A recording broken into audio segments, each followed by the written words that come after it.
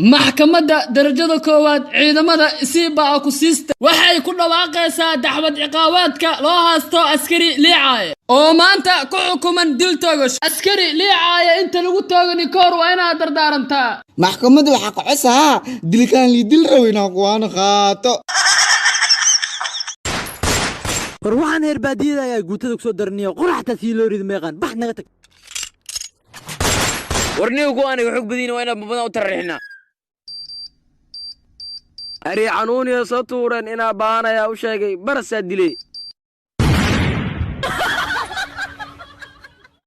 maanta iskuulka 15 maalin la soo fasaxay sidoo kale jaamacadii 15 maalin la soo fasaxay aniga dad dugsileynaan ma la fasaxay miya ari qof ma fasaxaysa dadaan xaq xisaabaya qaanjeertina iska dhaqdo siina adno nabad abo arrin muhiim ah waa inaan ku sheego okay suuda gawraas jeclaanay isku wadanna ma joogno ida Kenya joogtaa waxa isku baranay imo waxa muddo ku sheekaysaneen WhatsApp waxa video kula sheekaystay Instagram haddana waxa xiriir loo bil kulana YouTube marka abo waxaan ka rabaa inaan iska duceysani gabadhaas okay muhiim waa sheeko aan caadi ahayn noqdo kuwa isku guursaday TikTok kadibna ku aqal gal Snapchat caruurta ka iibsaday eBay kadibna ka qaata Gmail lacala naagta daas fahmaysan 3 dalaaq u dhig Messenger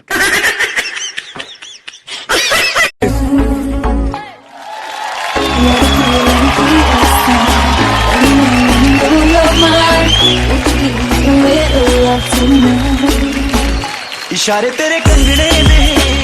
तरीके दिल मगने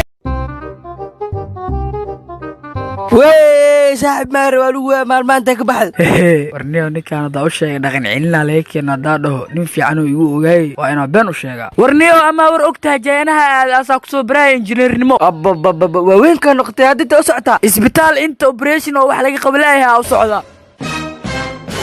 yaa geedku been badana ma balwadiya kugu dambaysa minaa ku celi weyn dhaqan cilintaada ana habas dhala